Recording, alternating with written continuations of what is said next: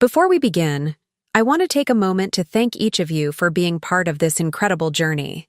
If you're enjoying these stories of empowerment and justice, consider subscribing. It's completely free and helps us build this amazing community. Let's dive in. I think we should move the wedding up, Daniel suggested casually over breakfast, reaching for the artisanal coffee I'd brewed. Maybe this spring instead of waiting until fall? I glanced up from the real estate listings I'd been reviewing, momentarily surprised.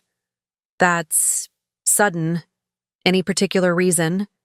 Daniel flashed that perfect smile that had first caught my attention 3 years ago at my best friend's gallery opening. I just can't wait to start our life together, Eliza. Besides, that vineyard you love in Sonoma might still have a spring opening. I studied my fiancé's face as he scrolled through his phone. Investment banker Daniel Mercer, impeccably dressed. Even on Saturday mornings, his dark hair precisely cut, his Ivy League confidence never wavering. The man I'd agreed to marry after a whirlwind 18-month romance. I'll think about it, I replied, returning to my laptop screen. As a real estate attorney specializing in historic properties, spring was my busiest season. The Henderson estate closing is in April, and I've got the Westbrook Mansion litigation right after. Daniel nodded absently, his attention on his phone. Of course, just an idea. What he didn't know was that I'd already uncovered his urgent reason for wanting to accelerate our wedding timeline. The previous night, while he'd been at his client dinner, I'd discovered irregularities in my bank notifications. Small test. Transactions from unfamiliar accounts, the kind that precede larger transfers. I'm meeting Caroline for lunch, I said, closing my laptop. Wedding venue scouting, supposedly, though I suspect it's an excuse for champagne on a Saturday. Perfect, Daniel replied, suddenly attentive. I've got some work calls anyway. Investment opportunities don't recognize weekends. He kissed my forehead. Give Caroline my best. I maintained my practice smile, the same one I'd perfected through years of high-stakes negotiations with developers who thought they could outmaneuver. A woman in real estate law. Will do. Instead of meeting Caroline, I drove to my childhood home, a Victorian masterpiece in Presidio Heights that my grandmother had left me. The property that had sparked my love for historic real estate, the home I'd meticulously restored room by room after law school. I parked a block away, watching as an unfamiliar couple exited my house with a woman I recognized as Vanessa Reynolds, one of the city's top luxury real estate agents. The woman gestured enthusiastically at the stained glass windows I'd had restored by an artisan from Prague. My stomach tightened as I snapped photos with my phone's telephoto lens. This was the third showing this week, according to my hidden security system, the one Daniel knew nothing about. My phone buzzed with a text from my investigator, Michael. Records confirmed. Transfer of deed filed yesterday. Signature verification in progress. My hands trembled slightly as I started the car. Somehow, Daniel had managed to sell my family home, or at least was in the process of selling it. The property that wasn't, even in his name. The home that wasn't part of our prenuptial agreement discussions. Driving toward downtown, I called the one person I could trust implicitly. Judge Eleanor Montgomery's office, answered a crisp voice. Rebecca, it's Eliza Parker. Is my godmother available? Minutes later, I sat in Eleanor's private chambers, the distinguished judge listening intently as I laid out what I'd discovered. Forgery, Eleanor stated flatly, examining the documentation I'd brought. And sophisticated identity theft. Daniel would need access to your personal documents, digital signatures, notary connections. All of which he has, I replied quietly. I trusted him completely. Eleanor's eyes, sharp after 40 years on the bench, studied my face. What do you need from me, Eliza? Time, I answered, and discretion. I need to understand how deep this goes before I confront him. As I left the courthouse, another text from Michael appeared. Offshore account identified. Transfers dating back 8 months, more properties involved, meeting at 4 p.m. to review findings. I took a deep breath, slipping my phone into my purse as I prepared to return home to Daniel. The weight of my engagement ring suddenly felt suffocating against my finger. 3 years of building a life with someone, only to discover it had all been an elaborate con. In my car, I checked my reflection in the rearview mirror, composing my features into a mask of blissful ignorance. I would play the unsuspecting fiancé for a little longer, just long enough to uncover the full extent of Daniel's betrayal and ensure he never saw the retribution coming. After all, he might be an investment banker with wealthy connections, but I was Eliza Parker, the granddaughter of Judge William Parker and protégé of Judge Eleanor Montgomery. I'd spent my career untangling complex property fraud and protecting historic legacies. Daniel had no idea who he was really dealing with, but he was about to find out. I arrived at Michael's office precisely at 4, having texted Daniel that my lunch with Caroline had turned into an impromptu bridal shopping expedition. His reply had been immediate. Perfect timing. Working late tonight. Don't wait up for dinner. Michael Chen had been my investigator on numerous real estate fraud cases. A former digital forensics expert for the FBI, he now worked exclusively for a select clientele, mostly law firms and high-net-worth individuals concerned about privacy breaches. The identity theft is sophisticated, Michael began without preamble, his office deliberately Spartan except for 6 monitors displaying various data streams. Daniel created digital duplicates of your signature starting approximately 10 months ago, beginning with minor documents. My throat tightened. 10 months ago, right after I'd introduced Daniel to my family at Christmas, right after he'd proposed with the vintage emerald ring that had supposedly belonged to his grandmother. "Show me everything," I instructed, setting my purse aside and taking the seat beside him. For the next 2 hours, Michael methodically revealed Daniel's elaborate scheme. Multiple shell companies created in Delaware and Nevada. A sophisticated network of transactions moving money through increasingly obscure channels. Falsified powers of attorney. And most disturbingly, a pattern of similar activities stretching back years before I'd even met him. "He's done this before," I said quietly, staring at the evidence of at least 2 previous long-term relationships that had ended with significant property transfers. Michael nodded grimly.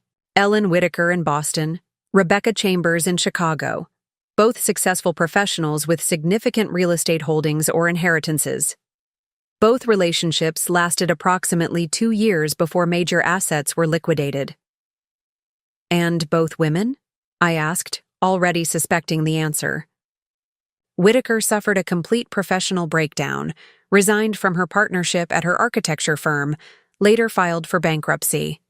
Chambers fought back legally, but the documentation was seemingly ironclad. She lost everything in legal fees before eventually settling.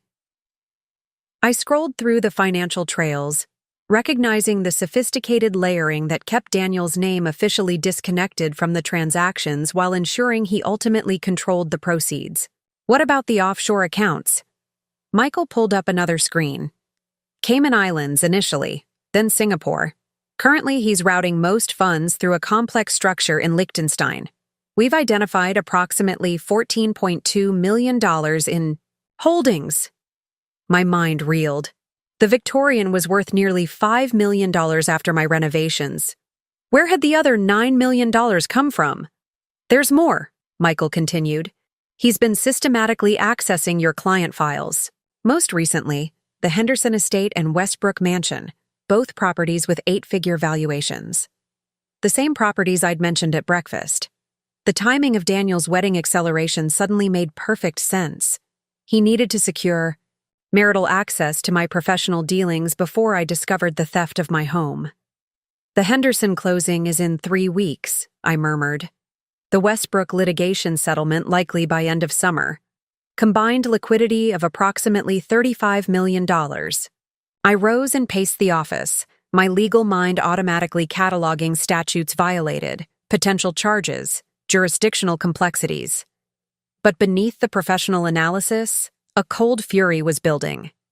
"There's something else you should see," Michael said quietly, pulling up surveillance footage. "This is from your house yesterday afternoon." The video showed Daniel giving a personal tour to Vanessa Reynolds and an older man I didn't recognize.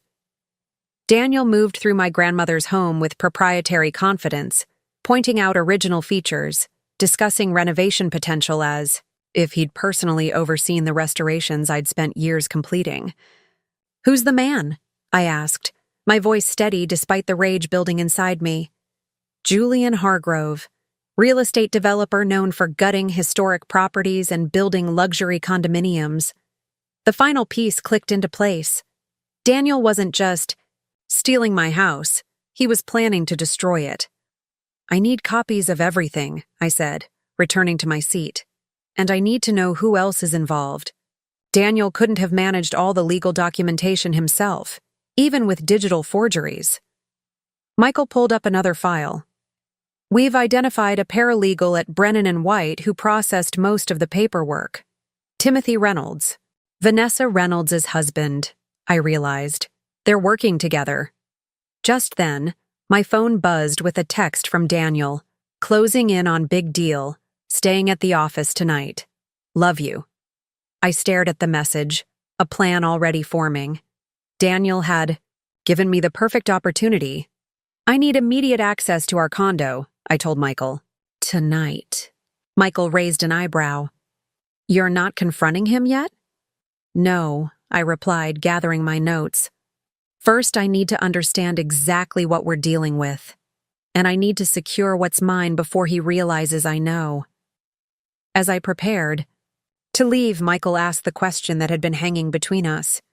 "What's your endgame here, Eliza? Criminal charges? Civil suit?"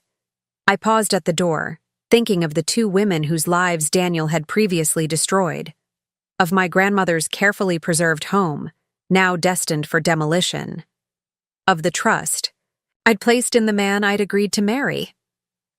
"Justice," I answered simply. "Complete and inescapable justice." Outside, twilight had fallen over the city. I checked my appearance in my car's mirror, ensuring no trace of my discoveries showed on my face. For the next few days, I would need to maintain the illusion of the unsuspecting fiancé while I executed the first phase of my counterattack. After all, Daniel wasn't just committing fraud against me. He was attempting it against two of the wealthiest estates in the city, both under my professional care. He had no idea that in targeting me, he'd chosen an adversary uniquely positioned to destroy him. The security panel in our high-rise condominium beeped softly as I entered. The space dark except for the ambient city lights filtering through floor-to-ceiling windows. I moved silently through our shared home, now seeing it through entirely new eyes, no longer as our space, but as Daniel's staged backdrop. I headed directly to his home office, the one room he'd insisted remain his private domain. "Investment. Privacy," he'd explained when we moved in together. I'd respected that boundary, until now. The office door featured a biometric lock, but I'd prepared for this. From my purse, I extracted a silicone cast of Daniel's right thumbprint, created from a wine glass he'd used at dinner last week, back when I'd first noticed the suspicious bank notifications and had begun taking precautions. The lock clicked. Open. Inside, the minimalist space reflected Daniel's carefully curated image. Expensive yet understated furniture, abstract art selected by the designer he'd hired, credentials displayed just prominently enough to impress without seeming ostentatious. Went straight to his desk, powering on his secondary laptop, the one he believed I didn't know existed. The password prompt appeared, but Michael had already provided me with the keystroke capture data from the spyware he'd installed remotely yesterday. While the computer booted up, I methodically photographed the contents of his desk drawers, filing, cabinet, and safe, combination acquired months ago when Daniel mumbled it in his sleep. Everything appeared meticulously organized, almost too perfect, like his entire persona. The laptop yielded immediate results. Unlike his primary computer, this one contained the real records of his operation. Spreadsheets tracking assets targeted, timeline projections, communications with accomplices. I connected an encrypted drive and began copying everything. A folder, labeled Parker Properties, contained detailed files not just on my Victorian home, but on several other family properties I'd inherited. Smaller investments my parents had purchased before their accident. Properties I rarely discussed that weren't publicly connected to me. "How did you know about these?" I whispered, scrolling through detailed valuation assessments. The answer appeared in another folder. EP communications. My emails, text messages, phone logs, all meticulously archived and annotated. He'd been monitoring me from the beginning, harvesting every casual mention of family assets, every professional connection, every potential resource. My hands trembled slightly, but I continued, methodically documenting everything I found. In a hidden partition, I discovered the template documents used for creating falsified powers of attorney, property transfers, and financial authorizations, complete with progressively refined versions of my digital signature. In his physical safe, behind investment statements and insurance policies, I found a USB drive containing what appeared to be his contingency plans, exit strategies, identity documents, and overseas contact information. Most disturbing were files on his previous targets, Rebecca and Ellen, containing intimate photographs, personal journals, and psychological assessments. He hadn't just stolen their assets, he'd studied them, learned their vulnerabilities, customized his approach to each woman. My phone vibrated with a text from Michael. "Reynolds meeting Hargrove tomorrow morning.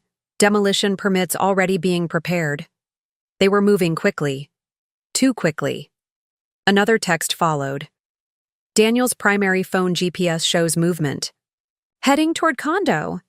I froze, checking the timestamp. Daniel was supposed to be working all night. Why was he returning early?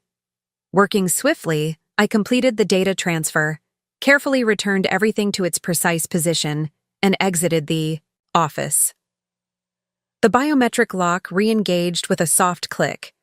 I hurried to the master bathroom, turning on the shower and stripping off my clothes just as I heard the front door unlock. Stepping under the hot water, I forced my breathing to normalize, my mind racing to process what I'd discovered while preparing to play my role. "Eliza?" Daniel called, his voice echoing through the apartment. "In the shower," I replied, injecting just the right amount of surprise in my tone. "I thought you were working late." The bathroom door opened, releasing steam as Daniel's silhouette appeared. "Deal wrapped up earlier than expected," he explained, loosening his tie. "Thought I'd surprise you." I smiled through the glass shower door, wondering if he'd returned because something had triggered his suspicion. "Lucky me. How was your day?" Daniel leaned against the vanity, sharing carefully constructed details about his fictional deal while I rinsed shampoo from my hair, maintaining the performance of normalcy. Behind my attentive expression, I was cataloging the evidence I'd discovered, formulating next steps, identifying the legal vulnerabilities in his scheme. "You seem distracted," he observed as I stepped out of the shower, wrapping myself in a plush towel. "Everything okay with Caroline and the wedding planning?" I manufactured a small sigh.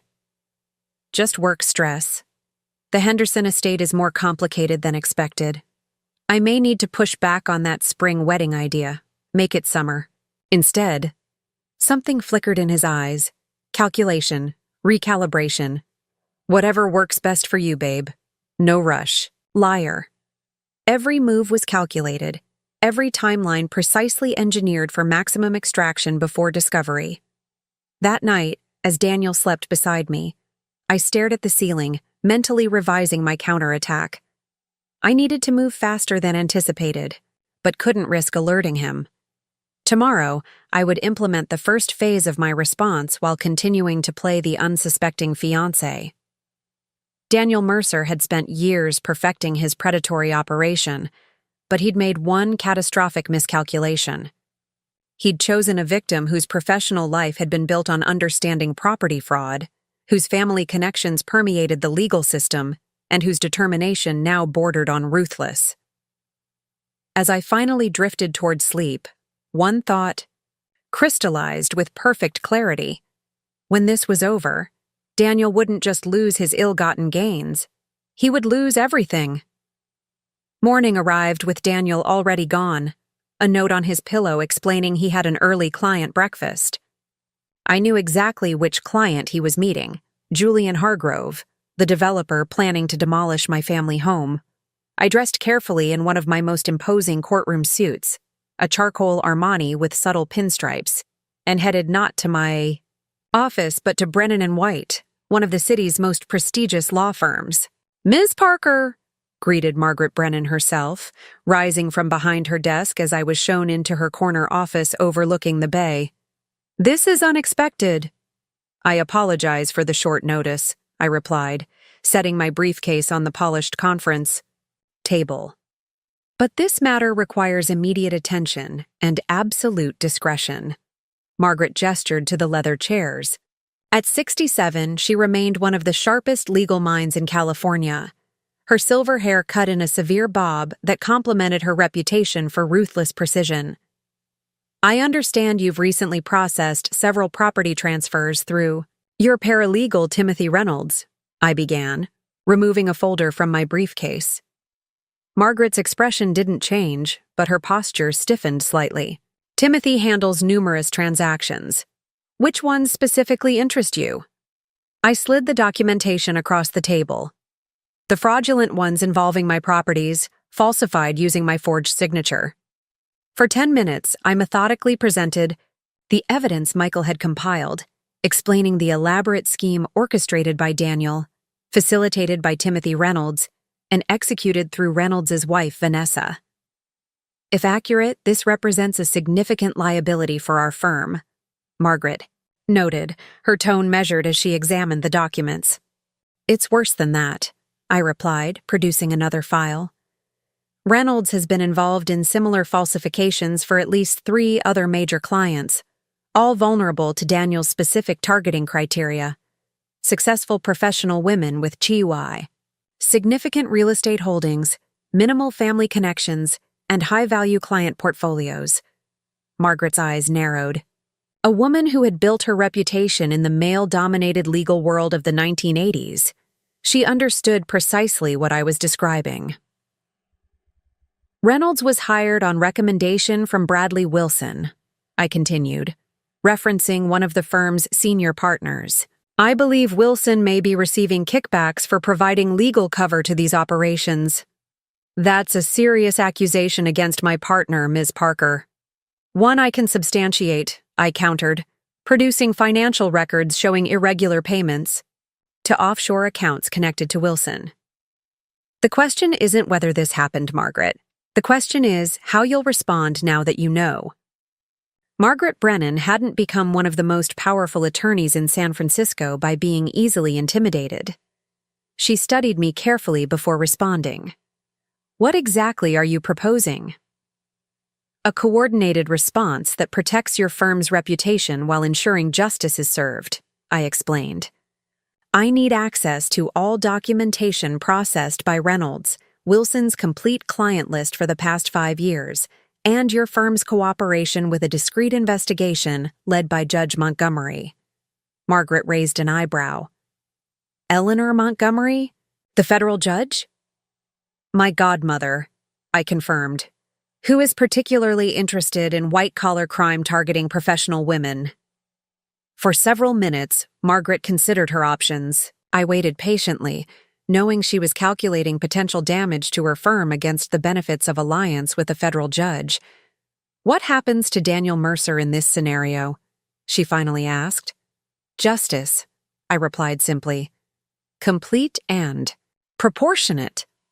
Margaret nodded once. Decision made. Reynolds will be suspended pending investigation as of this afternoon. You'll have everything by close of business today. And Wilson will be handled appropriately once we've secured all evidence. I finished for her. As I prepared to leave, Margaret asked the question I'd been expecting. Why come to me directly? You could have gone straight to the authorities. I turned at the door. Because 30 years ago, when my mother was starting her career, you mentored her. Because you understand what it means to build something meaningful, only to have men attempt to take it from you. And because I need allies who recognize this isn't just about property theft, it's about predators who systematically target successful women. Margaret's expression softened fractionally. Your mother would be proud of your approach, Eliza. Methodical, thorough, and giving your opponent just enough rope. From Brennan and White, I went directly to my next strategic alliance, Diane Hargrove, Julian's estranged wife and a prominent conservationist who had spent decades fighting against developers like her husband. We met in a private room at the women's club where her grandmother and mine had both been founding members. Julian's involved. In another historic demolition? Diane confirmed, her expression hardening as I outlined what I'd discovered. That vindictive bastard knows exactly how much I care about preservation.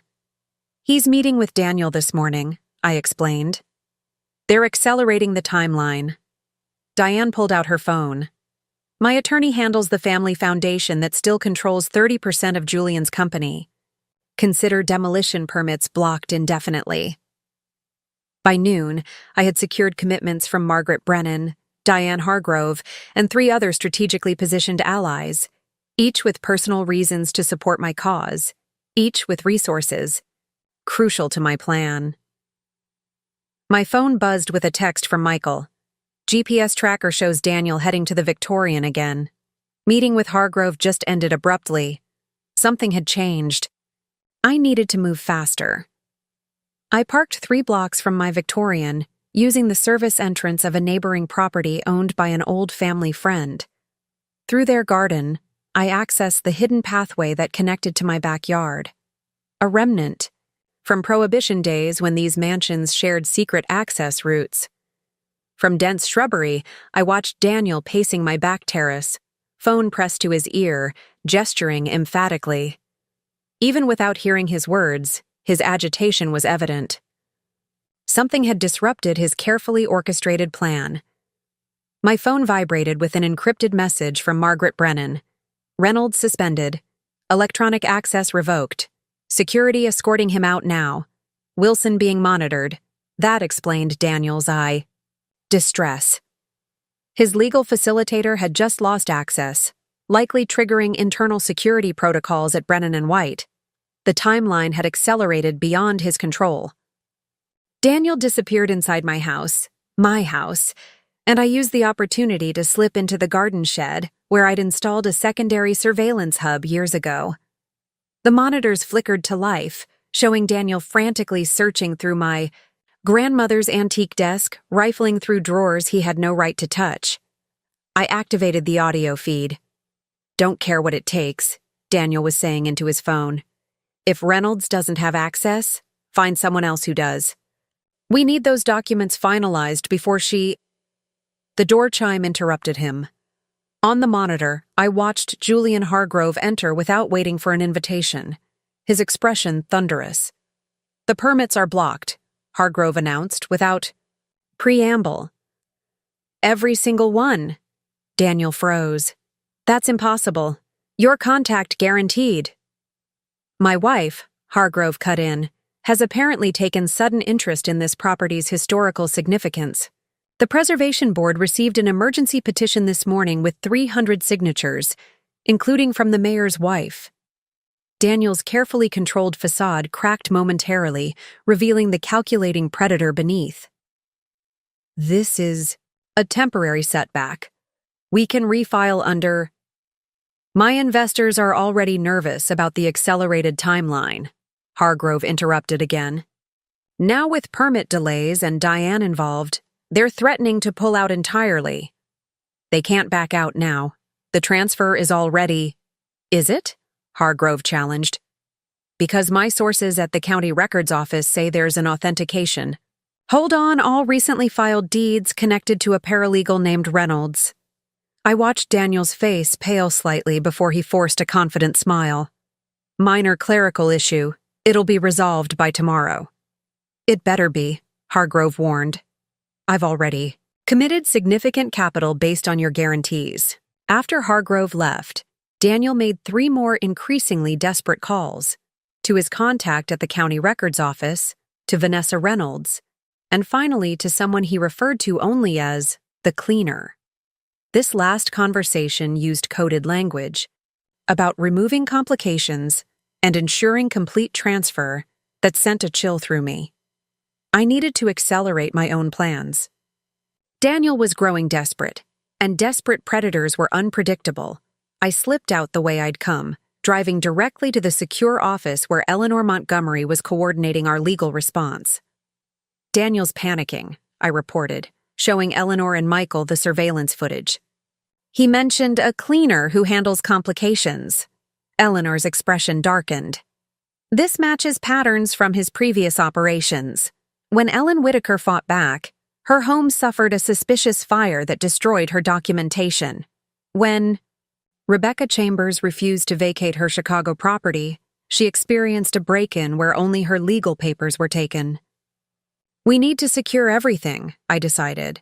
Not just documentation, but all my assets, client files, everything connected to the Henderson and Westbrook estates. For the next hour, we executed an emergency protocol. Digital files transferred. To secure servers, physical documents moved to Judge Montgomery's chambers. Emergency filings prepared to freeze all transactions connected to my properties. What about personal safety? Michael asked quietly, after Eleanor stepped out to make calls. I considered his question seriously. Install additional security at my condo, and I need a secure way to gather final evidence without alerting Daniel. Michael handed me a small case. Upgraded surveillance. These look like regular jewelry but capture everything. Audio, video, geolocation. Inside were diamond earrings, a watch, and a pendant, all containing sophisticated recording technology. The watch is particularly important, Michael explained. It has a panic button feature. Press 3 times if you're in danger. I checked my phone as another message arrived. This one from Diane Hargrove. Julian is furious, threatening to contact alternate buyers. Mentioned investment group from overseas. Daniel was scrambling to salvage his operation, reaching out to backup resources. I needed to discover who these connections were before they emerged as unexpected threats. We need complete surveillance on Hargrove, I told Michael. If Daniel approaches new buyers, we need to know who they are. As I prepared to leave, Eleanor returned, her expression grave. The forensic accountant found something disturbing, she said, placing a folder on the table. The money trail from Daniel's previous victims doesn't end with offshore accounts. It continues to a network of shell companies connected to organized crime operations. Daniel isn't just a con man, he's potentially laundering money for something much bigger. I absorbed this information, recalibrating my understanding of exactly who I was dealing with. This wasn't just about my house or even Daniel's pattern of targeting successful women. This was potentially part of a sophisticated criminal enterprise. Does this change our approach? I asked Eleanor. It means we proceed even more carefully, she replied. But it also means when we move against him, we'll have federal resources available. I nodded, standing to leave. Then we continue as planned. Tonight, I need to maintain the illusion that nothing has changed. Tonight, I would return home to Daniel, pretend I knew nothing of his scheme, and extract whatever information I could about his contacts, his backup plans, and most importantly, this mysterious cleaner. I returned to our condo at precisely 7:15, the time I typically arrived home on Tuesdays. Everything about my entrance needed to appear routine, from the sound of my keys in the door to the slight sigh as I set down my briefcase. Daniel was waiting with an opened bottle of my favorite Cabernet. his smile practiced yet strained around the edges. The dining table was elegantly set with the Limoges china we'd purchased in Paris, the trip where he'd first mentioned marriage. "Special occasion?" I asked, accepting the glass he offered. "Just appreciating my beautiful fiancé," he replied, kissing my cheek. "You've been working so hard lately?" The pendant camera captured his expression as he pulled away, calculating, assessing, searching for any sign that I suspected him. I returned his smile with practiced ease, years of high-stakes negotiations making me adept at controlling my micro-expressions. "This is lovely," I said, gesturing to the table, "but unexpected. I thought you were working late again." "Change of plans," Daniel explained, returning to the kitchen where something simmered on the stove. "Market volatility created some unexpected opportunities. I closed a major position this afternoon." Translation: his scheme was imploding, and he needed to accelerate his contingency plans. "Congratulations," I replied, slipping off my jacket, though I admit I'm exhausted. The Henderson estate situation became complicated today. Daniel's stirring paused fractionally. "Complications? Nothing serious, I hope." I shrugged, crafting my answer carefully. "Some questions about deed transfers and property rights. Nothing I can't handle, but the closing might be delayed." The Henderson estate represented potential access to over $20 million in liquid assets, a significant component of what Daniel hoped to control through our marriage. A delay threatened his timeline. "How long a delay?" he asked, his tone casual, while his eyes remained sharp. "Hard to say. Could be a week, could be a month." I sipped my wine. "Actually, it might affect our wedding plans. If this drags on, spring might be impossible." I watched him recalibrate in real time, adjusting his approach based on this new information. His smile remained fixed while his mind clearly raced through contingencies. "Whatever works best," he said finally. "I just want you to be happy." Throughout dinner, I maintained the delicate balance between normalcy and strategic information gathering. Each question I asked was carefully constructed to seem innocent while designed to extract specific details. "How's Vanessa's real estate business?" I inquired midway through the meal. "Didn't you mention she was handling that property in Presidio Heights?" Daniel's fork paused halfway to his mouth. "I think she mentioned something about that. Market's competitive there."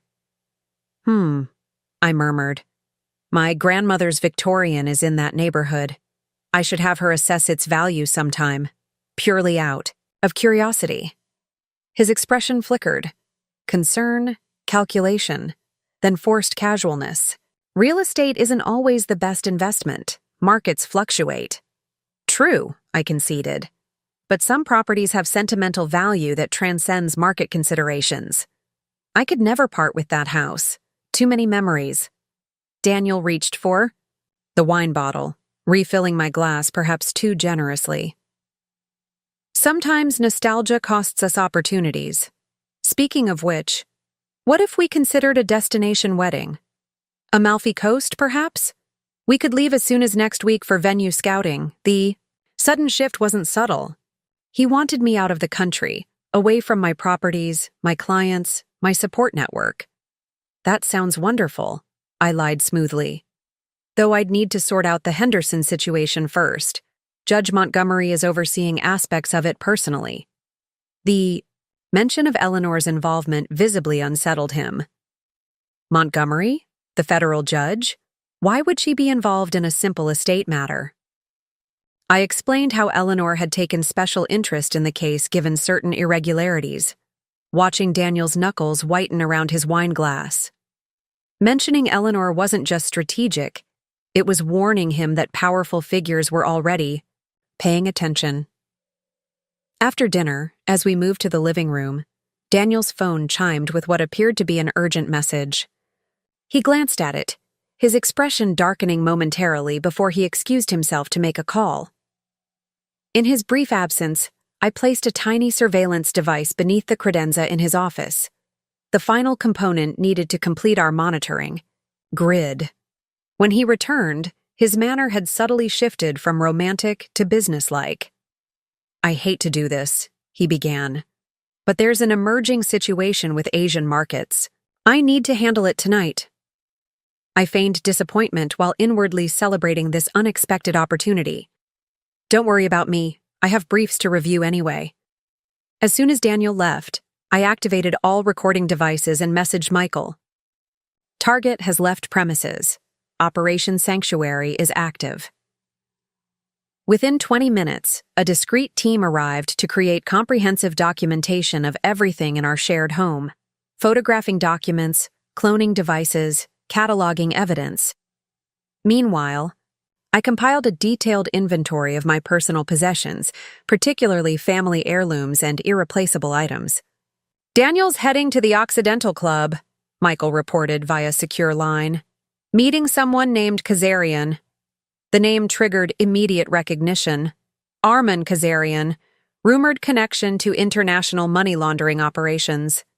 If Daniel was meeting him directly, the situation had escalated beyond property fraud. As Michael's team completed their work, I made one final call to Eleanor. "We've identified the cleaner," she informed me. "Former military contractor, specializes in document destruction and digital forensics. Currently on a flight to San Francisco, arriving tomorrow morning." Time was running out faster than anticipated. Daniel wasn't just trying to steal my property, he was preparing to eliminate all evidence that might implicate him. "Implement protocol checkmate," I instructed Michael as the team departed. "We move tomorrow." Dawn broke with a text from Daniel. "Early meeting with international clients. See you tonight for dinner. Perfect timing." I dressed quickly in a charcoal suit and pearl earrings containing Michael's most sophisticated recording technology, then headed not to my office but to the private banking division of First Continental Trust. "Ms. Parker," greeted Harrison Wells, the bank's silver-haired executive vice president. "Judge Montgomery mentioned you might be visiting us." Wells ushered me into a private conference room where an array of documents awaited my signature. For the next hour, I executed a series of financial maneuvers designed to protect my assets while creating a convincing illusion for Daniel. "These accounts will appear active but actually function as honeypots," Wells explained, indicating a set of newly created decoys. "Any access attempts will be logged and traced without alerting the intruder." "And the Henderson and Westbrook estate funds?" "Already secured under the judicial protection order Judge Montgomery issued last night. The financial architecture is quite elegant. From the outside, everything appears normal, but any attempt to transfer or access funds triggers immediate security protocols." I signed the final authorization, then asked the crucial question, "What about Daniel's accounts?" Wells slid a folder across the polished table. "As you suspected, he's been moving substantial sums offshore throughout the past week. However, his most recent transfers have encountered unexpected complications." I reviewed the documentation, showing how Daniel's attempts to move millions had been subtly redirected into monitored holding accounts, a sophisticated financial trap Eleanor had helped orchestrate through her federal connections. "He doesn't realize it yet," Wells continued, "but he's effectively locked himself out of approximately $11 million. And Kazarian's involvement?" Wells's expression tightened. "That's where this extends beyond civil fraud. Treasury Department is now monitoring all transactions between Mercer and Kazarian-connected entities. They've identified patterns consistent with international money laundering.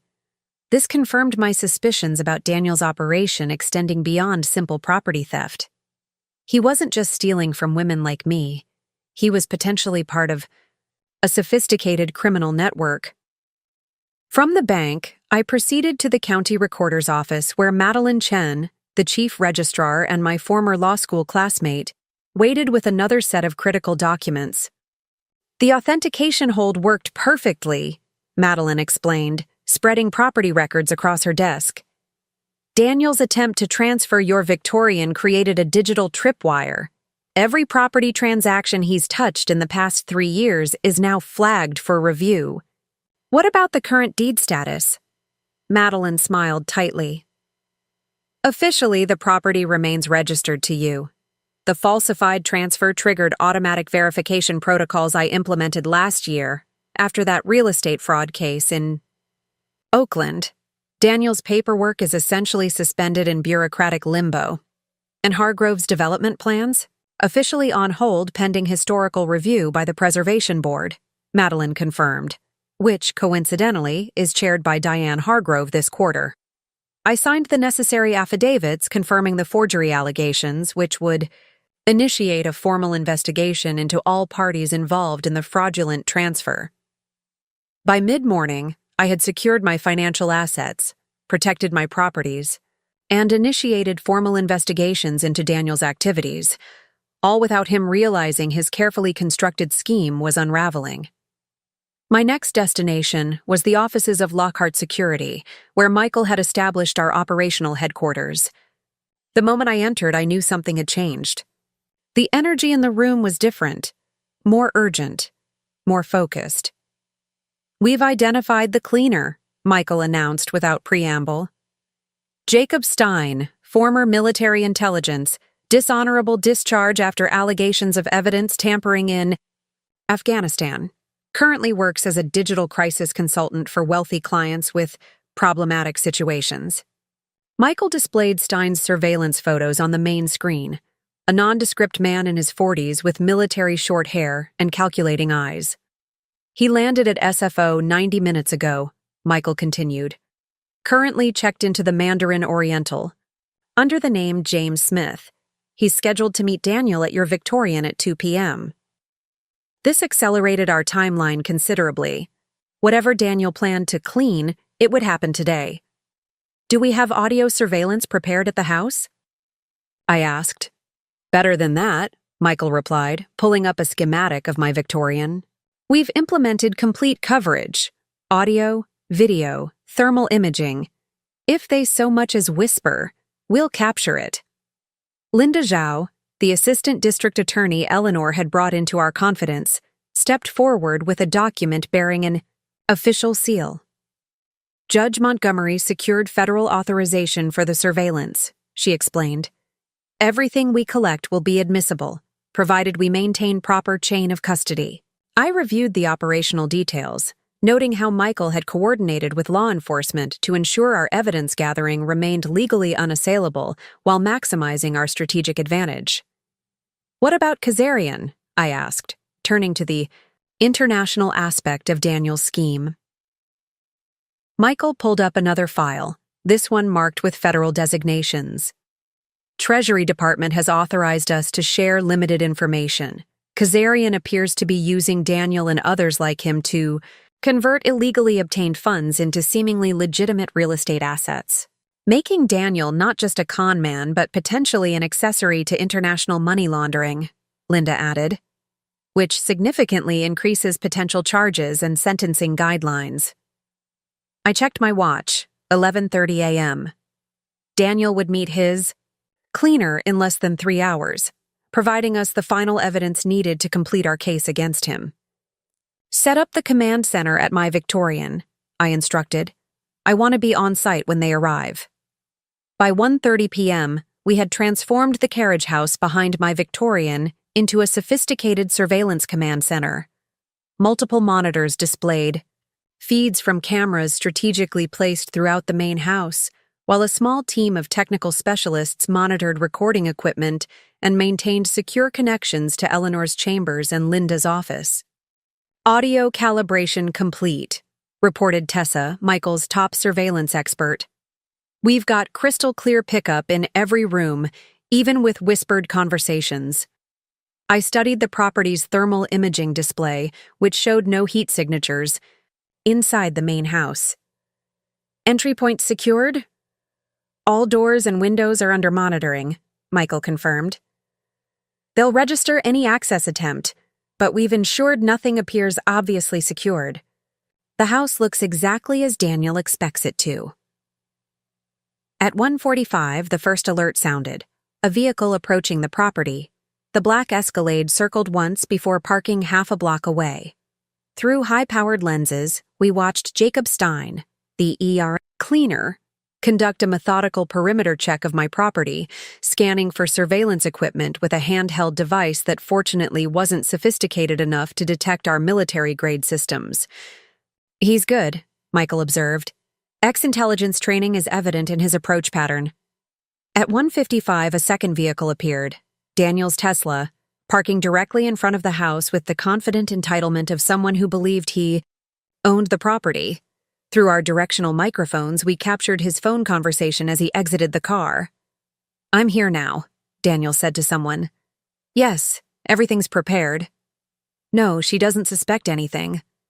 "The Henderson estate access is still on schedule. I understand the timeline acceleration." "Yes, sir."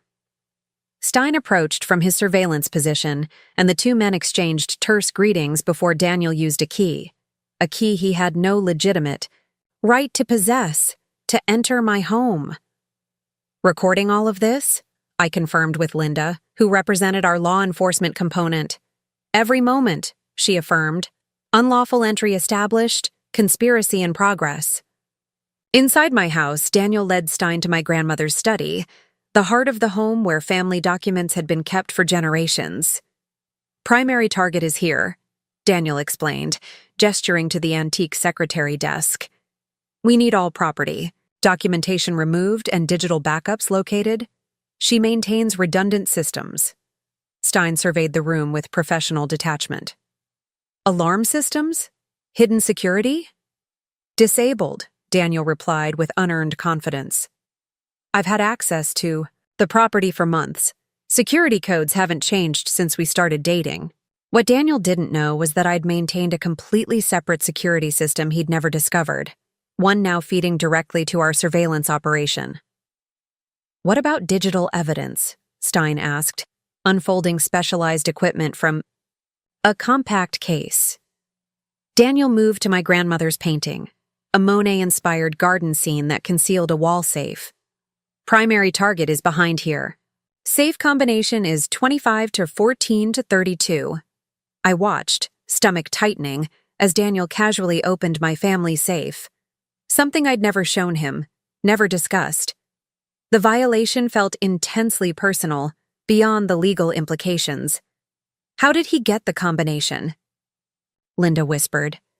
"He must have watched me open it," I realized. "There's a reflection in the grandfather clock glass if you stand at the right angle." Inside the safe, Daniel removed the original deed to the Victorian, property surveys, and historical documentation establishing the home's provenance and value. "These are the originals," Daniel explained to Stein. "They need to disappear completely, and there should be digital backup drives as well." Stein methodically photographed each document before placing them in an evidence bag. "What about insurance? Documentation?" "Secondary target," Daniel replied, moving to my grandmother's desk, "along with historical appraisals and conservation easement paperwork." For the next 45 minutes, we documented as the two men systematically located and removed every piece of documentation connecting me to my family home. Original deeds, insurance policies, tax records, historical designations, and family.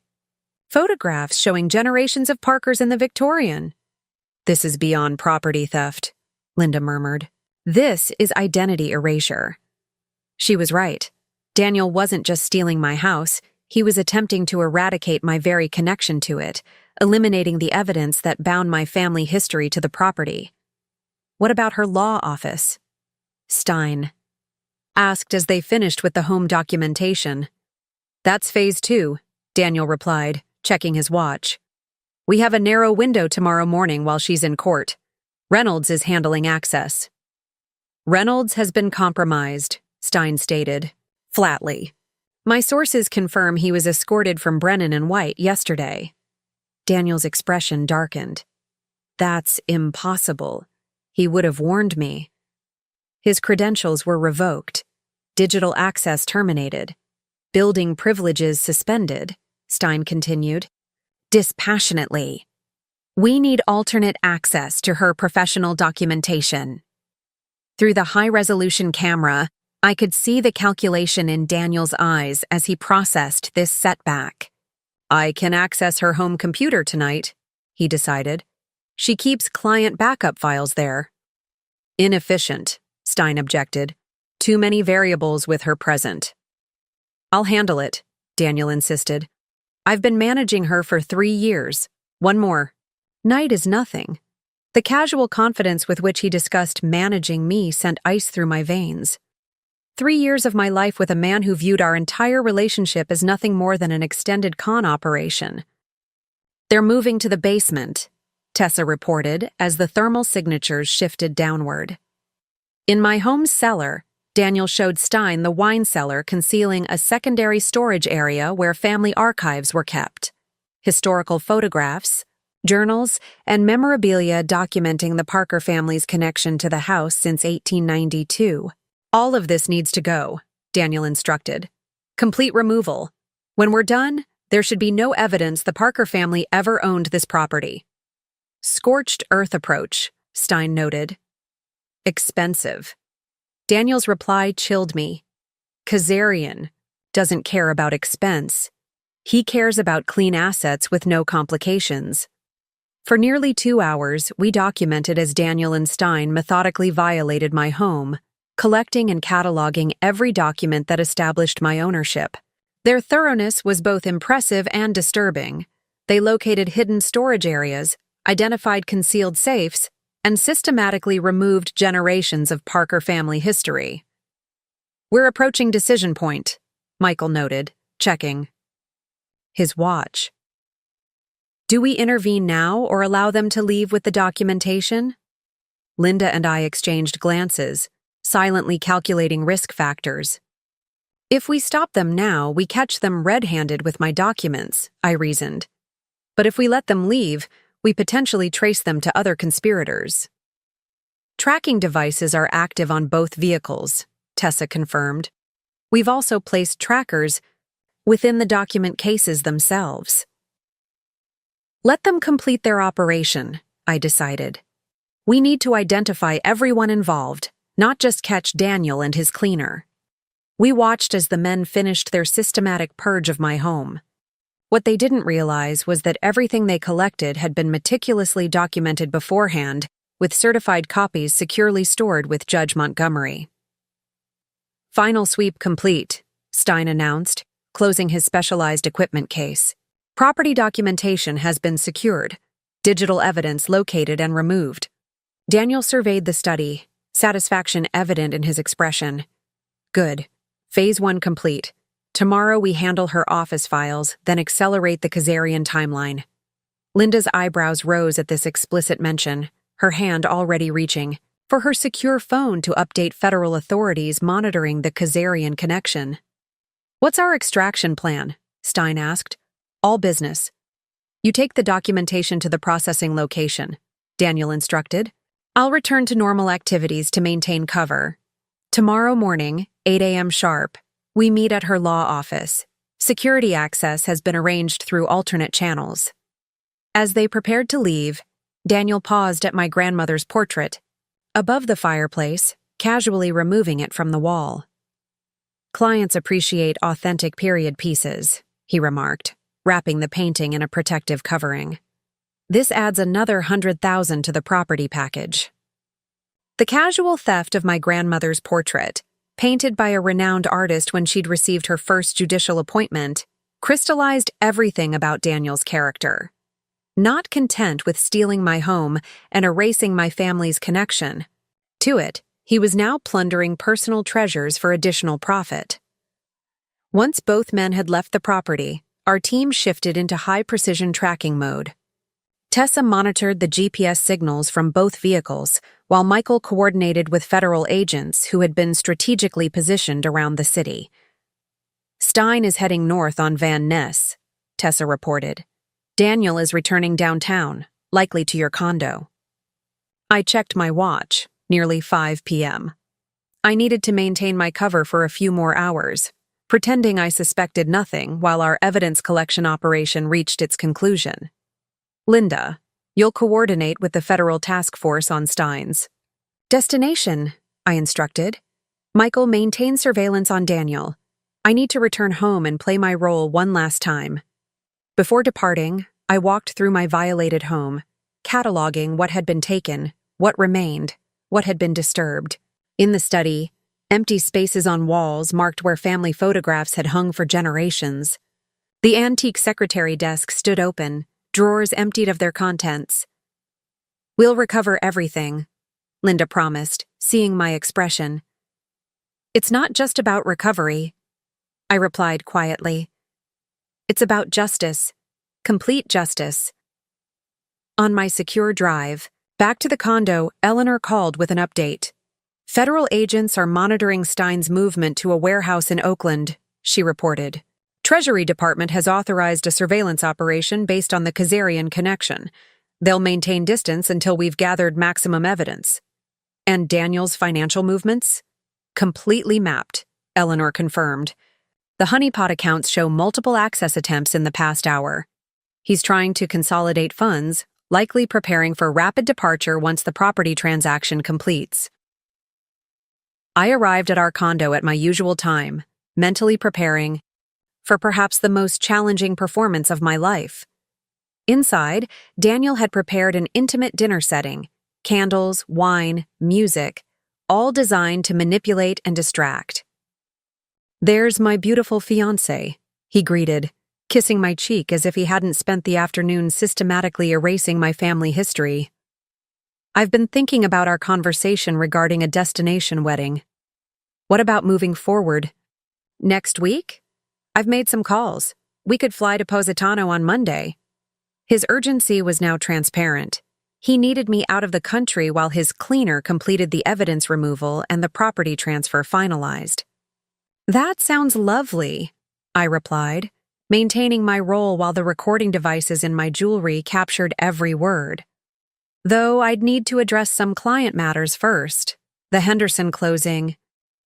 "Business will always be there," Daniel interrupted, smoothly. "Some things are more important. Us, for instance." He poured wine with practiced charm, his expression betraying nothing of his afternoon activities.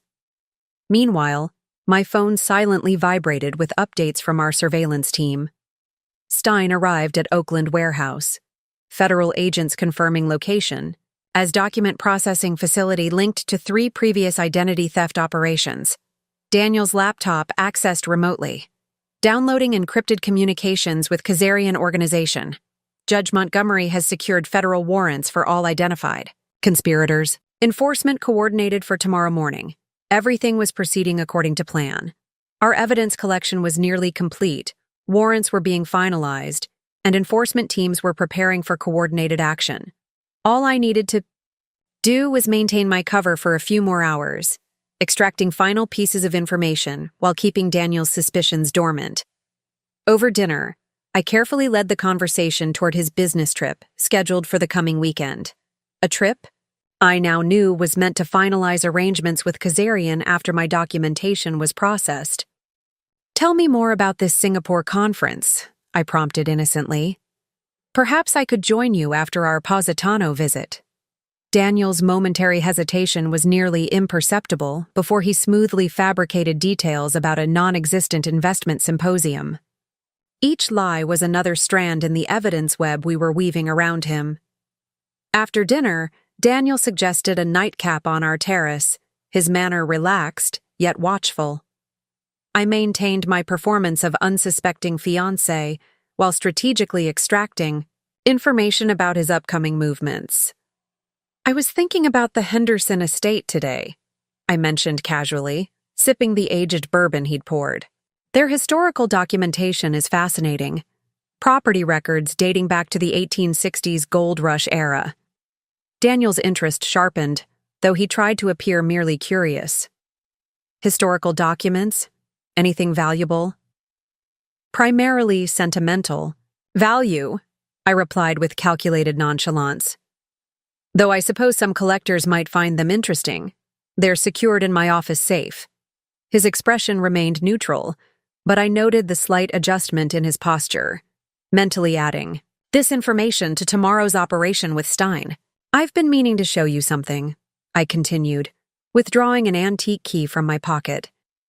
"My grandmother's key to our family's lake house in Tahoe. I've been thinking we should visit there after the wedding. Daniel's eyes fixed on the key, a key to a property he clearly hadn't known existed. I didn't realize your family had a place in Tahoe. It's not something I talk about much, I explained. The property has been in a family trust for generations. Very private, very exclusive lakefront access. I watched him recalculate, mentally adjusting his assessment of my assets. The lake house was real, but its value was modest compared to the Victorian. Still, Daniel's reaction confirmed his fundamental motivation. He viewed me primarily as a collection of assets to be acquired. We should definitely visit, he agreed, his smile not quite reaching his eyes. Perhaps even before the wedding?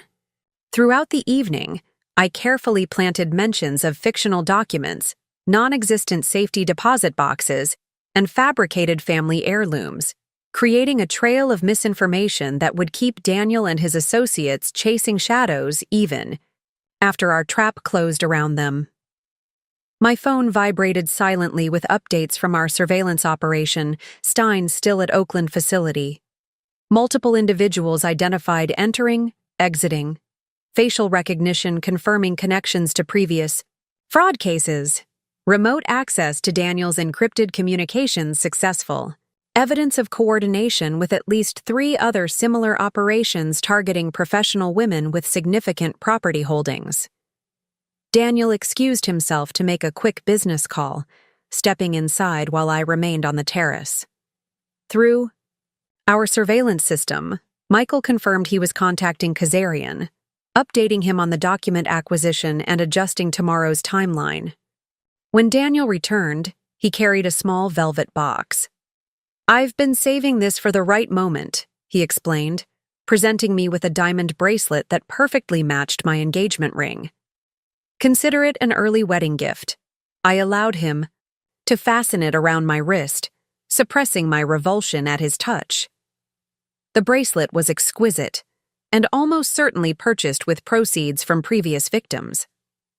I would later learn it had belonged to Rebecca Chambers, the Chicago executive, whose life Daniel had destroyed before targeting me. It's beautiful, I murmured, knowing the recording devices in my earrings captured the moment he placed stolen property on my wrist, another charge to add to his growing list of offenses. As midnight approached, Daniel grew increasingly affectionate, suggesting we turn in early with unmistakable implications. The thought of maintaining my charade through physical intimacy made my skin crawl, but I was saved by another urgent message on his phone. I need to handle this, he apologized, frowning at his screen. Market fluctuations in Asian trading. Give me 30 minutes? Take your time, I replied, suppressing my relief. I have some briefs to review anyway. When he retreated to his office, I messaged Michael. Status update? His response was immediate. All evidence secured. Federal agents maintaining surveillance. On Oakland facility. 8 individuals now identified in conspiracy. Judge Montgomery finalizing warrants for coordinated morning raids. Everything was proceeding according to plan. By tomorrow afternoon, Daniel's entire operation would be dismantled, his co-conspirators arrested, his assets frozen, and his freedom forfeit. In our bedroom, I prepared for sleep with mechanical precision, my mind cataloging final preparations. Though I maintained outward calm, inwardly I acknowledged the complex emotions swirling beneath my strategic focus. Grief for the relationship I'd believed was real, rage at the calculated betrayal, and cold determination to ensure justice was served completely. Daniel finally joined me after midnight, sliding into bed with practiced ease, his arm draping possessively across my waist. I regulated my breathing to feign sleep, while remaining acutely aware of his proximity. I love you, he whispered in the darkness, one final performance for the woman he believed remained fooled by his elaborate charade. Through narrowly opened eyes, I watched him check his phone one last time before setting it aside. The screen briefly illuminated his face, revealing an expression I'd never seen before. Cold, calculating, utterly devoid of the warmth he typically affected in my presence. This was Daniel's true face, the predator beneath the charming facade. In the stillness of our bedroom, surrounded by luxury items purchased with the proceeds of his previous victims, I mentally rehearsed tomorrow's sequence of events. Federal. Agents would arrest Stein and his associates at the Oakland facility at precisely 8 a.m. Simultaneously, Treasury Department officials would freeze all accounts connected to Kazarian's operation. Meanwhile, Daniel would be arrested while attempting to access my office files, caught in the act of perpetrating fraud against not just me but my clients. By mid-morning, his entire operation would collapse like a house of cards, each carefully constructed facade crumbling under the weight of irrefutable evidence. His criminal associates would race to save themselves by providing testimony against him. His stolen assets would be identified, cataloged, and restored to their rightful owners. And I would be there to witness it all, the architect of his complete and inescapable downfall. As Daniel's breathing deepened in sleep beside me, I allowed myself a moment of grim satisfaction. Tomorrow would be the final act in our 3-year performance, though only one of us knew the true ending that awaited. I woke before dawn, carefully extracting myself from Daniel's sleeping form. In the bathroom, I prepared for the day with meticulous attention, selecting a charcoal Armani suit that projected authority and composure. Today's outfit wasn't just professional attire, it was armor. Daniel stirred as I finished applying my makeup, watching me through half-lidded eyes. Early court appearance? The Henderson matter, I confirmed, securing my diamond earrings with their hidden recording technology. Judge Montgomery requested an 8 a.m. chambers conference. His expression flickered momentarily, Eleanor's involvement clearly unsettling him, before he manufactured a supportive smile. Need me to drive you? I could rearrange my morning calls. No, need, I replied, fastening my watch. Caroline's picking me up. We're having breakfast first. This fabrication served 2 purposes: preventing Daniel from accompanying me and establishing that someone expected my presence elsewhere, a standard safety protocol when dealing with potentially dangerous individuals. Daniel rose, moving to embrace me from behind, his reflection in the mirror the picture of devoted fiancé. Good luck today. I'm thinking Positano reservations for next Monday. I could make some calls this morning. I turned in his arms, studying his face one final time, the face that had convinced me of his sincerity for 3 years. That sounds perfect. As we parted in our foyer, Daniel kissed me with practiced tenderness. Love you. See you tonight for celebration dinner? I smiled with equal inauthenticity. Looking forward to it. The moment I entered the elevator, I activated secure communication protocols on my phone, messaging Michael, departing residence now. Target remains inside. Operation status? His response came immediately. All teams in position. Federal agents surrounding Oakland facility, office security in place, surveillance active on all subjects. In the parking garage, I bypassed my usual vehicle for the nondescript sedan Michael had arranged. Within minutes, I was en route to the command center established in a federal building downtown, where Eleanor, Linda, and key law enforcement officials awaited my arrival. Final briefing in progress. Eleanor greeted me, gesturing toward the central tactical display where multiple surveillance feeds showed our various targets.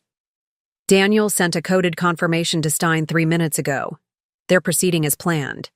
The operations room hummed with controlled activity as federal agents, cybersecurity specialists, and financial crimes investigators coordinated their respective responsibilities. On the main screen, Daniel appeared in our condo, dressing hurriedly, after receiving an encrypted message from Stein. They believe they have a 90-minute window while you're in court, Michael explained, joining us at the command table. Facial recognition has identified 3 additional associates arriving at the Oakland facility. Treasury Department confirms 2 have direct ties to Kazarian's organization. I studied the tactical display showing real-time positions of all surveillance teams and law enforcement units. Timeline confirmation? Daniel will leave for your office in approximately 20 minutes, Michael replied. Stein is dispatching 2 associates to meet him there. Meanwhile, primary document processing continues at the Oakland warehouse. Linda approached with an update from the Treasury Department. Kazarian himself has arrived in San Francisco, landed at a private airfield 30 minutes ago. Currently en route to the Fairmont Hotel for what they believe is the final transaction approval. This development exceeded our expectations. Having Kazarian personally present would elevate the case from fraud and money laundering to potential RICO charges, transforming a serious case into a major federal prosecution. Adjust the operation parameters, I instructed. We need surveillance coverage at the Fairmont immediately.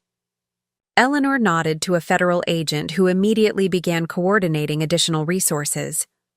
Treasury Department is dispatching a specialized team. This significantly expands our operation scope. For the next 15 minutes, I reviewed final preparations with each team leader, ensuring every aspect of our complex countermove was synchronized. On surveillance monitors, we watched Daniel leave our building, enter his Tesla, and begin driving toward my office building. All units confirm ready status, announced the FBI tactical commander. Authorization to proceed awaits your signal. Judge Montgomery. Eleanor looked to me, a silent acknowledgement that while this was officially a federal operation, the decision to proceed remained mine. This was personal justice as much as legal remedy. I took a deep breath, thinking of Rebecca, Chambers, and Ellen Whitaker, the previous victims who had lost everything to Daniel's predatory scheme. Thinking of my grandmother's portrait, casually stolen as a profitable afterthought. Thinking of 3 years spent with a man who had viewed our entire relationship as nothing more than an elaborate con. Proceed, I authorized, my voice steady. Throughout the operations center, a coordinated cascade of activity commenced. On multiple screens, we watched as federal agents simultaneously converged on the Oakland warehouse, Daniel's position near my office, and the Fairmont Hotel where Kazarian had just checked in. Target 1 entering your office building, reported the surveillance coordinator. Accompanied by 2 unidentified males matching Stein associate profiles. Oakland team in position, came another update. Warehouse perimeter secured. Fairmont. Team reports visual confirmation of Kazarian in presidential suite. 2 known associates present. The operation unfolded with military precision. At precisely 8:17 a.m., federal agents executed coordinated raids at all 3 locations simultaneously. Through live feeds, we watched as Daniel was apprehended in the act of attempting to access my office with falsified credentials. His expression of shock when confronted by armed federal agents was captured in high definition, the moment he realized his carefully constructed world was imploding. All primary targets in custody, confirmed the tactical commander 7 minutes later. No casualties, no collateral damage. Evidence recovery proceeding at all locations. Linda turned to me, professional satisfaction evident in her expression. Preliminary inventory from the Oakland facility confirms recovery of all documentation removed from your Victorian yesterday. Additionally, they've located files appearing to belong to at least 7 other victims. I nodded, emotions carefully controlled as I watched the simultaneous operations conclude successfully on the tactical displays. Daniel's 3-year scheme had been dismantled in less than 20 minutes of coordinated law enforcement action. What happens now? I asked Eleanor, watching as Daniel was escorted to a federal vehicle, his hands cuffed behind his back. Now, she replied with grim satisfaction. We build the most comprehensive fraud, identity theft, and money laundering case this jurisdiction has ever seen. The federal building's interview observation room offered perfect sightlines to Daniel's interrogation through one-way glass. For nearly 3 hours, I watched as he transitioned through textbook stages of denial, anger, bargaining, and finally, calculating cooperation. He's attempting to minimize, noted Special Agent Rivera, the lead investigator assigned to Daniel's case, claiming he was merely an unwitting participant in Kazarian's operation. I studied Daniel's body language as he spoke with federal prosecutors, the subtle tells I'd learned to recognize during our relationship now glaringly obvious. The slight adjustment of his cuffs when fabricating details. The momentary eye shift when constructing timelines. The practiced sincerity I'd once mistaken for genuine emotion. He's building a narrative where he's another victim, I observed. Classic manipulation strategy. Rivera nodded appreciatively at my assessment. Unfortunately for Mr. Mercer, we've already interviewed Stein. Their stories have critical contradictions. At noon, Eleanor joined us with updates from the parallel operations. Kazarian is maintaining silence, but his associates are competing to offer testimony. Treasury has frozen over $140 million in connected assets across 12 jurisdictions. And the Oakland facility? I asked. Evidence processing continues, but preliminary findings exceed expectations. They've identified documentation from 9 separate fraud operations targeting professional women across 3 states. The pattern is consistent. Professional women with significant property holdings, minimal family connections, high-value client portfolios. My phone vibrated with a message from Michael. Victorian documentation fully recovered. Grandmother's portrait located in Stein's vehicle. All items being processed as evidence but can be returned within 72 hours. Relief washed through me, tempered by the knowledge that while my property would be restored, the violation of my home and trust couldn't be so easily remedied. We've connected Reynolds to 3 other paralegals at different firms, Rivera continued, updating the evidence board. They've been facilitating similar documentation fraud for at least 5 years.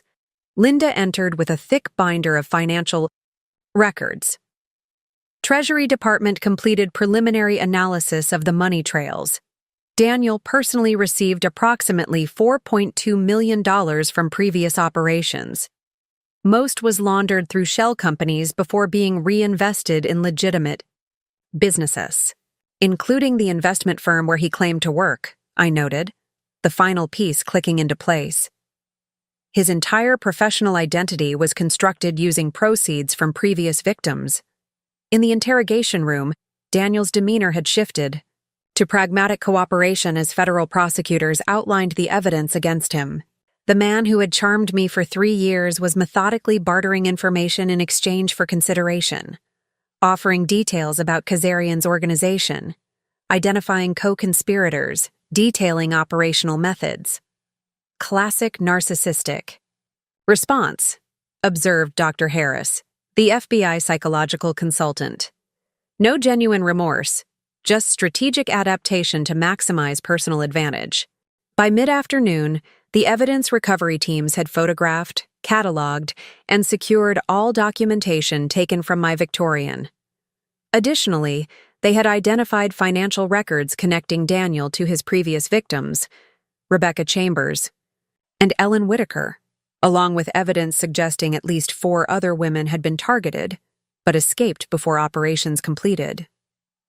We've located Rebecca Chambers, Linda reported, referring to Daniel's Chicago victim. Treasury Department is preparing to unfreeze assets they've identified as rightfully hers. She's being contacted about providing testimony.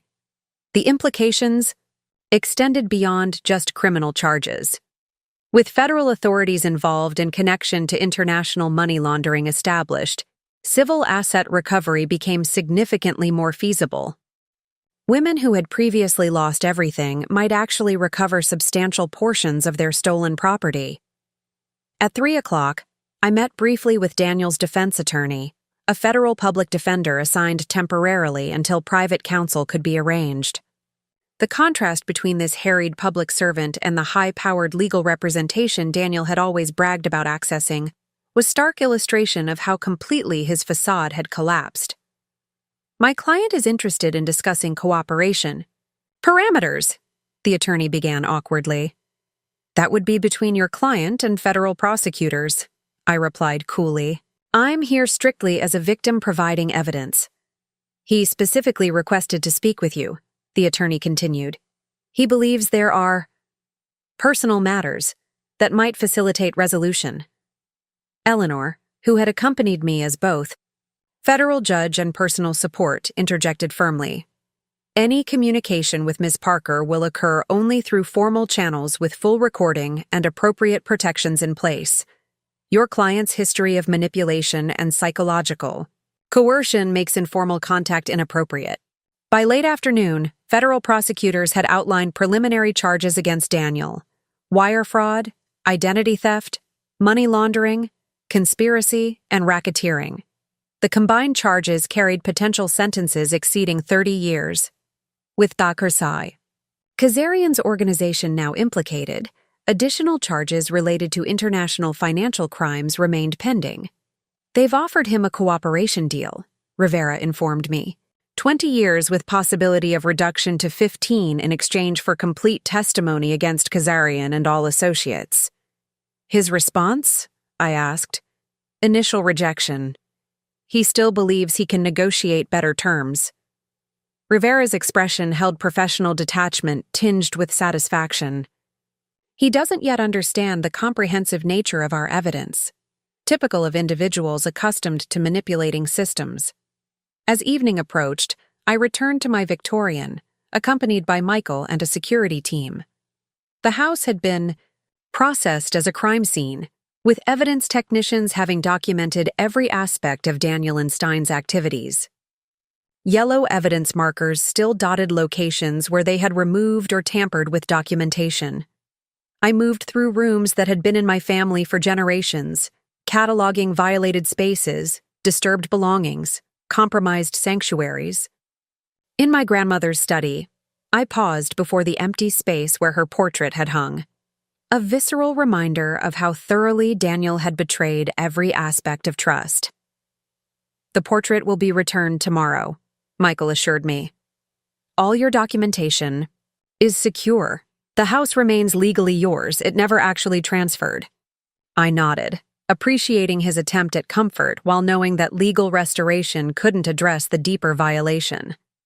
Daniel hadn't just attempted to steal my property. He had systematically exploited my trust, manipulated my affection, and weaponized intimacy for financial gain. Security systems have been upgraded, Michael continued practically.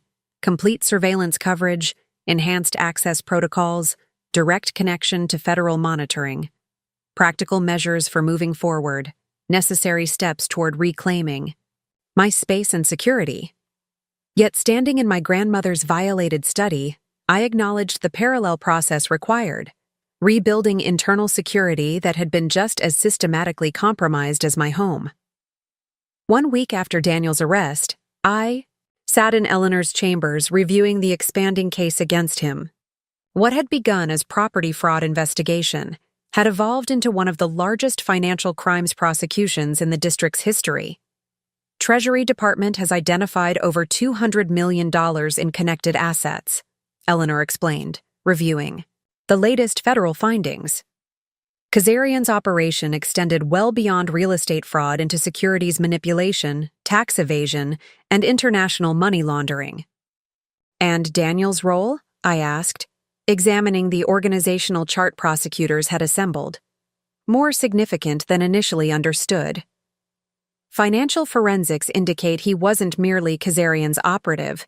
He helped design the targeting methodology. Eleanor's expression hardened. They developed algorithms to identify potential victims based on specific vulnerability factors. The clinical description couldn't mask the predatory reality. Daniel had systematically hunted successful professional women, analyzing their financial positions, personal circumstances, and psychological profiles to optimize exploitation potential. What? About his previous victims? I asked. Rebecca Chambers arrives tomorrow to provide formal testimony. Treasury has confirmed recovery potential for approximately 60% of her assets. Eleanor shuffled through the case files. Ellen Whitaker's situation is more complex. Many assets were liquidated and moved through multiple jurisdictions.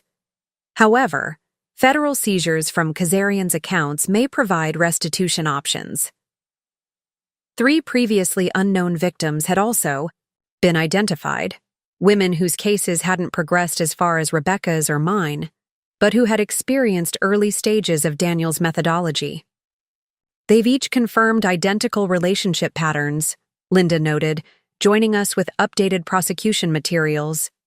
Initial meeting at professional events, whirlwind romance, strategic privacy about his finances combined with careful study of theirs. The systematic nature of Daniel's operations somehow made the betrayal simultaneously more and less personal. I hadn't been specifically targeted because of who I was, but rather what I owned and represented. The violation remained intimate, while the motivation was clinically mercenary. At noon, Michael arrived with updates from the federal task force continuing to process evidence from the Oakland facility. They've located documentation connected to planned future targets, he reported grimly. Preliminary profiles on at least 15 women across the country, all successful professionals with significant property holdings. Did I know any of them? I asked, wondering how far Daniel's networking at social events had extended beyond simple charm. Michael hesitated before sliding a folder across the table. 3 were guests at your holiday party last December. Daniel apparently used social gatherings to conduct initial assessments. The realization that he had been prospecting for future victims in my home, among my friends and colleagues, sent a fresh wave of revulsion through me. His betrayal extended beyond our relationship to weaponize my entire social network. Have they been notified? Eleanor asked. Treasury Department is handling notifications through financial security advisors, Michael confirmed. Discreet approach to minimize personal distress while ensuring their assets are secured. By mid-afternoon, I visited Margaret Brennan to review findings from their internal investigation into Timothy Reynolds and Bradley Wilson. The prestigious firm's marble conference room felt appropriate for the gravity of their conclusions. Wilson has been terminated and reported to the Bar Association, Margaret informed me, sliding formal documentation across the polished table. Our forensic audit identified 17 instances where he facilitated improper documentation through Reynolds. The firm has established a victim compensation fund for affected clients. And the other paralegals connected to Reynolds? I asked. 2 have been terminated from their respective firms. The third is cooperating with federal investigators. Margaret's expression reflected professional determination to address systemic vulnerabilities. We're implementing new authentication protocols across all property transactions and establishing an ethics review committee with independent oversight. The institutional response was encouraging, not merely addressing individual bad actors but recognizing and remedying the systemic weaknesses that had enabled their operations. From Brennan and White, I proceeded to the Henderson estate closing, the legitimate business that had continued despite personal upheaval. The elderly client greeted me with unexpected warmth. Judge Montgomery told me what happened, Mrs. Henderson confided, patting my hand. My herald always said you reminded him of your grandmother. Same steel beneath the graciousness. The closing proceeded efficiently, the $22 million transaction executing flawlessly despite Daniel's attempts to compromise it. As I completed the final documentation, I reflected on the professional integrity that had remained unshaken despite personal betrayal. By evening, I returned to my Victorian for the first time since security upgrades had been completed. The house felt different, not just because of new security systems or the lingering awareness of violation, but because I viewed it through transformed perspective. In my grandmother's study, her portrait had been restored to its proper place.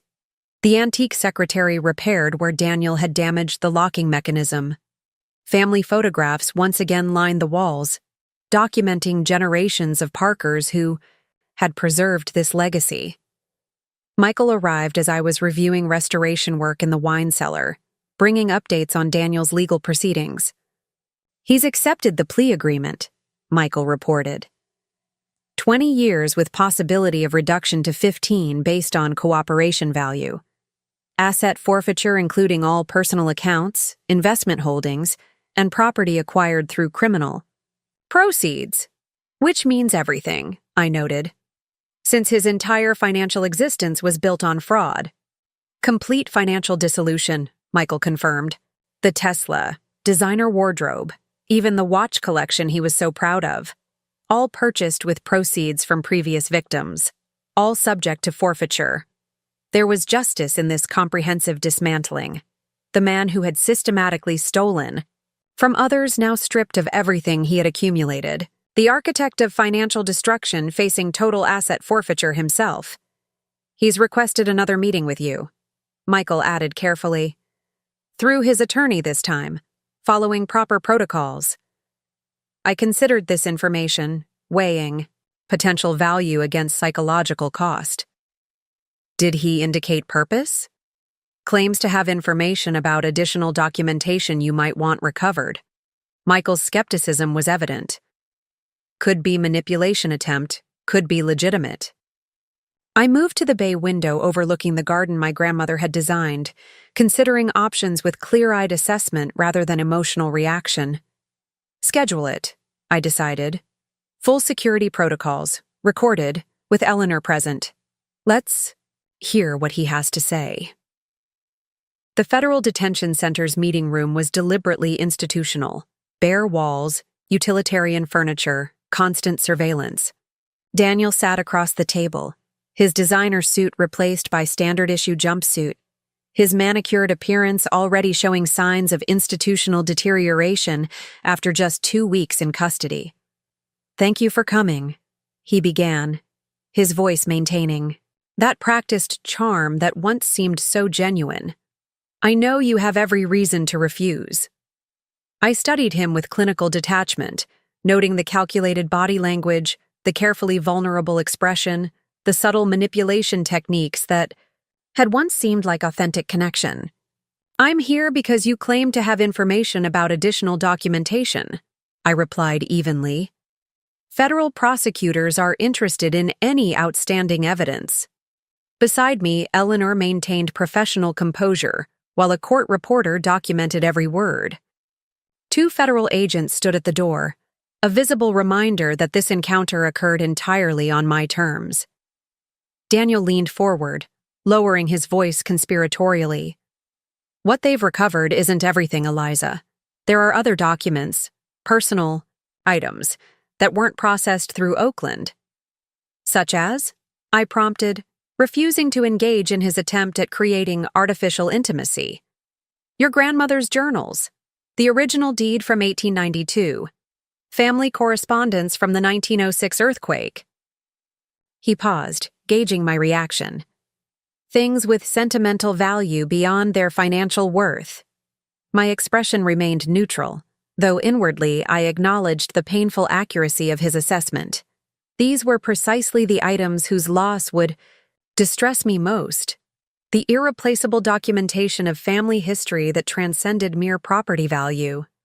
"Where are these items?" Eleanor interjected, maintaining procedural focus. Daniel's eyes remained on me. "I have a safety deposit box, contents accessible only with biometric verification and passcode. I'm prepared to provide access, with certain considerations." "You're not in position to negotiate," I reminded him calmly. "Federal asset forfeiture has already been authorized. Any undisclosed holdings constitute additional violations." "This isn't about money," Daniel insisted. "The contents have no financial value to anyone but you. I'm offering to ensure their return." "In exchange for what?" Eleanor asked directly. Daniel hesitated, weighing his response. "Recommendation of leniency during sentencing, and..." He paused, manufacturing sincerity with practiced precision. "A chance to explain myself." I studied the man I'd once agreed to marry, seeing clearly the calculated performance behind every gesture, every expression, every word. 3 years of my life spent with someone who had viewed our entire relationship as an elaborate con, who, had weaponized intimacy as methodology for theft. The safety deposit information can be provided to federal investigators, I replied evenly. Any legitimate personal items will be processed through proper evidence channels and returned if appropriate. And my explanation? Daniel pressed, leaning forward. Don't you want to know why? Don't you have questions about us? About what was real? The trap was elegant in its simplicity, appealing to natural curiosity, to the human desire for closure, to the need to make sense of betrayal. Classic manipulation leveraging emotional vulnerability as access point. There is no us to discuss, I stated, my tone matter of fact rather than bitter.